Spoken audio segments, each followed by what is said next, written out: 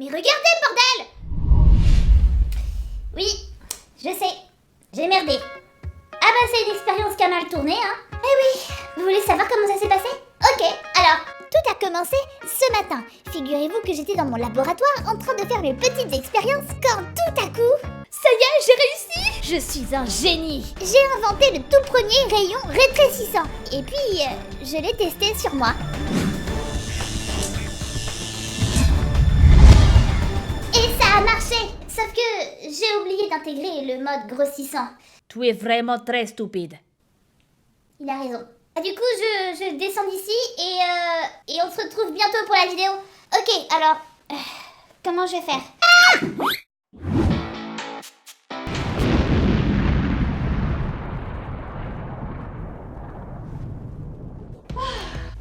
C'est beaucoup mieux. L'inventrice de génie est de retour et sachez que cette petite merveille rétrécit et grossit tout ce qu'on veut. C'est très utile. Alors les gens, dites-moi, êtes-vous intelligents? Avez-vous les méninges qui démangent? J'espère que oui et j'espère que vous êtes prêts car aujourd'hui, nous allons tester votre intelligence en résolvant des énigmes qui vont faire bouillonner vos neurones. On est parti.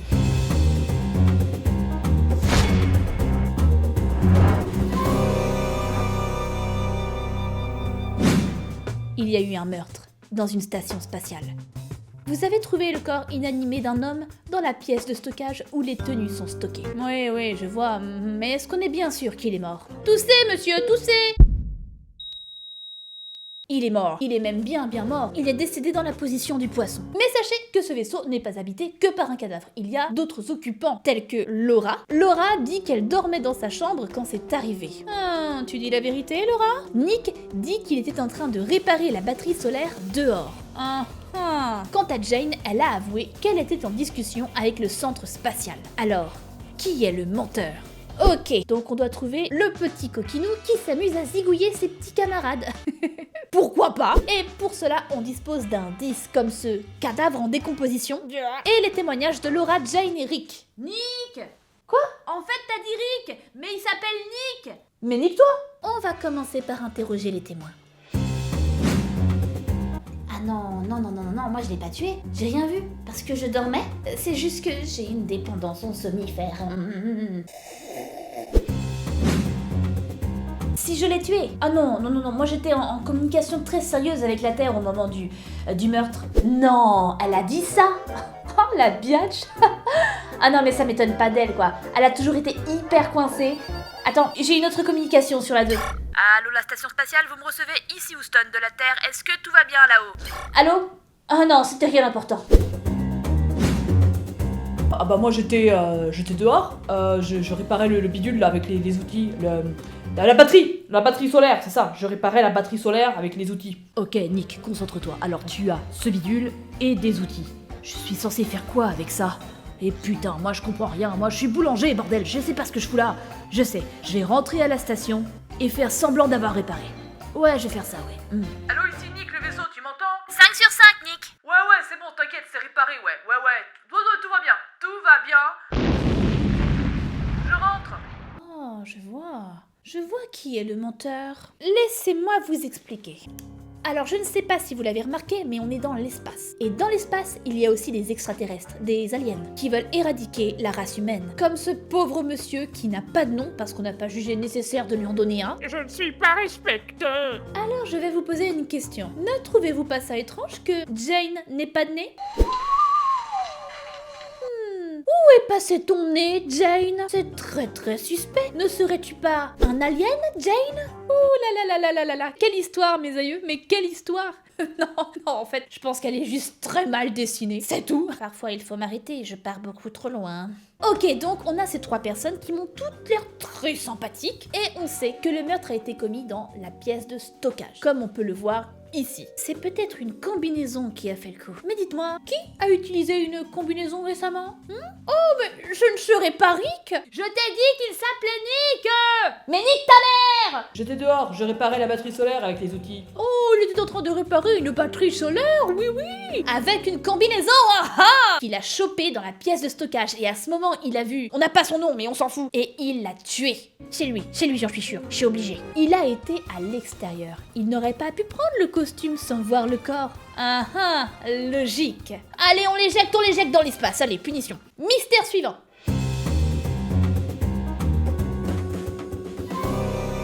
Tu es bloqué dans un jardin magique. Un jardin magique. Et en quoi il est magique ce jardin? Il y a des licornes? C'est scientifiquement impossible. Les licornes, ça n'existe pas. Anomalie. Il y a 3 portes en face de toi. Derrière la première porte se cache une flamme magique qui brûle tout ce qu'elle touche. Derrière la deuxième porte, il y a l'obscurité qui t'engloutit si tu n'as pas de source de lumière. Derrière la troisième porte, il y a une créature magique qui lance de l'acide. Ouais, donc celle-là, tu l'oublies. Après, est-ce qu'on est obligé de partir? Ça peut être sympa de vivre dans un jardin magique, avec des licornes et tout. Mais bon, soit, je respecte ton choix. Alors, voyons. Si on utilise la deuxième porte, il me faut une lumière. Est-ce qu'on a une torche ou quelque chose? Non, on a juste un sourire niais, des vêtements et un sac. Ok. Je vais avoir besoin d'un tableau de calcul très compliqué.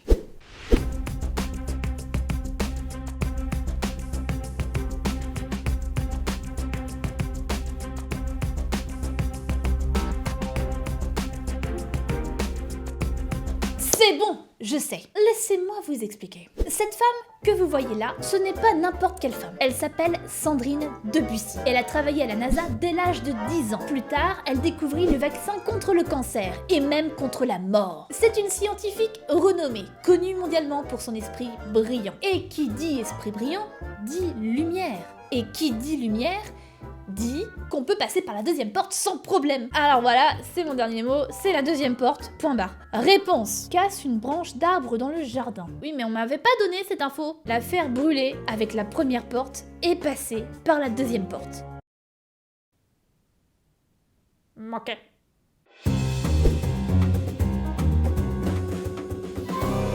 Un dangereux criminel s'échappe de prison. Je suis dangereux. Oh là là, comme il a l'air dangereux. Des policiers le poursuivent.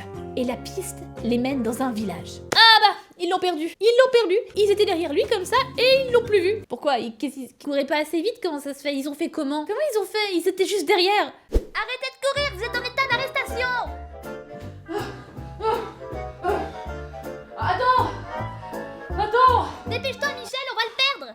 Oui, non, mais je sais. Non, mais c'est que là-bas, il y a une boutique de donuts. C'est vrai? Oui, c'est vrai. Ah bah ok, oui. Bah voilà. Non, mais on aura bien le temps de le récupérer plus tard. Les policiers interrogent les habitants. Est-ce que vous avez vu un homme suspect? Ma foi, non, comme je suis infirmier, moi je vois pas grand monde. Il y a juste des champs à perte de vue. Et ensuite, ils se rendent dans les champs. Il y a un homme dans les champs. Non mais c'est lui. Non mais c'est bon, arrêtez-le, c'est lui. Le détective lui demande s'il n'aurait pas vu un étranger dans les alentours. Mais c'est lui, le méchant! Allez, on l'embarque! Désolé, je n'ai pas fait attention. J'étais en fait occupé à couper du maïs. Le détective a immédiatement su qu'il s'agissait du criminel. Non, c'est vrai?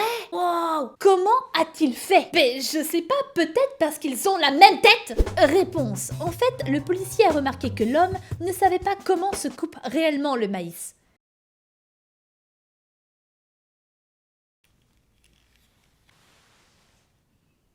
Ouais, mais je travaille avec des amateurs aussi. Les mecs, c'est des policiers, ils s'y connaissent de ouf sur comment il faut couper du maïs. Mais ils savent pas arrêter un mec. Non mais deviens fermier, tiens, et toi aussi, tais-toi. Bah c'est tout pourri. Ils sont complètement nuls, ces flics.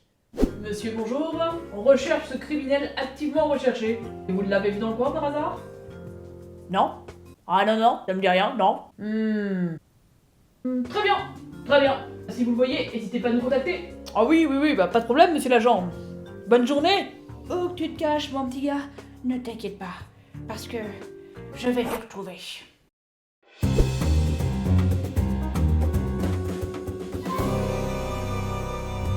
Un voleur s'est emparé d'un sac d'argent et s'enfuit à moto.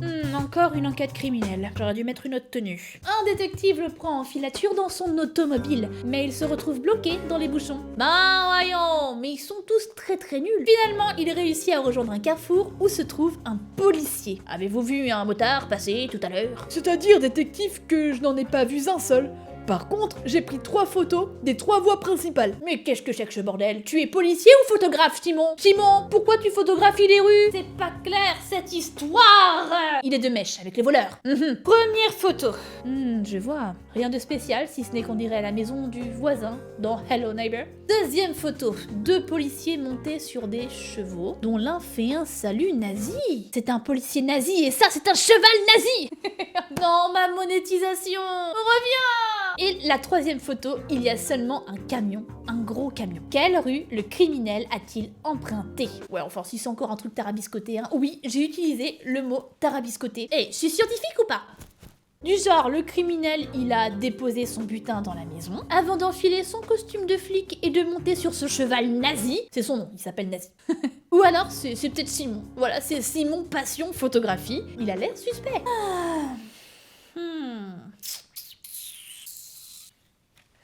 Ce n'est plus de mon ressort, hélas. Cette enquête m'échappe. Je vais devoir demander de l'aide. Dans les moments les plus désespérés, une seule personne peut nous aider. Inspecteur Caral. Eh ouais, c'est moi. Les choses sérieuses commencent. Attention, ceci n'est pas un vrai cigare. C'est un fake, ok? Fumez-tu, n'oubliez pas. Ah oui, je dois vous dire, que serait l'inspecteur Caral sans son acolyte de toujours?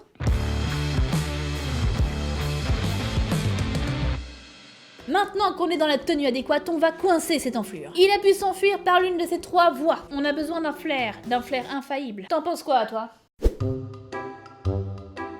Ah, le camion. C'est pas bête. Il aurait pu se cacher en roulant derrière le bougre. Je pense que c'est ça. On va voir la réponse. Le criminel s'est enfui par la troisième route.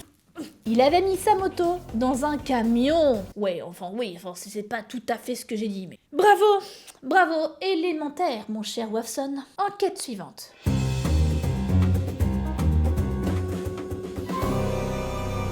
Qui est le criminel? S'échappant d'un poste de police, un criminel se cache dans une maison. Eh bah décidément, il n'y a plus de budget dans la police. Non mais peut-être qu'à un moment, il faut penser à les menotter, je ne sais pas. Ils s'enfuient tous, c'est n'importe quoi. Dans cette maison, une fête costumée a lieu. Le criminel a enfilé un costume et s'est joint à la foule. Qui est le criminel? Alors, bon déjà c'est une fête costumée avec 3 invités. Déjà c'est très bizarre, mais il faut m'expliquer le principe. S'ils sont que 3 à la base, ils ont bien dû se rendre compte qu'il y en a un qui fait pas partie du groupe. Je veux dire, quand tu fais une soirée en petit comité et qu'il y a un mec qui vient s'incruster dans ta maison, tu le vois, il y a un type qui pop de nulle part et qui te vole tes affaires, c'est pas anodin quand même. Ils ont vu ça, ils sont pas bêtes. Et normalement ils vont le dénoncer à la police. Normalement. Ok, alors dites-moi, il y en a un d'entre vous qui fait pas partie de la bande. Dites-moi lequel et vous pourrez continuer à faire la fête dans vos costumes chelous là.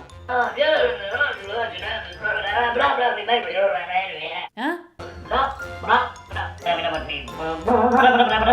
Mais de quoi? Mais faites un effort, articulé, merde! Je vais me prendre en donut là. Hein. Ouais non mais tant pis, non mais j'en ai marre de toute façon, je veux plus être policier, merde.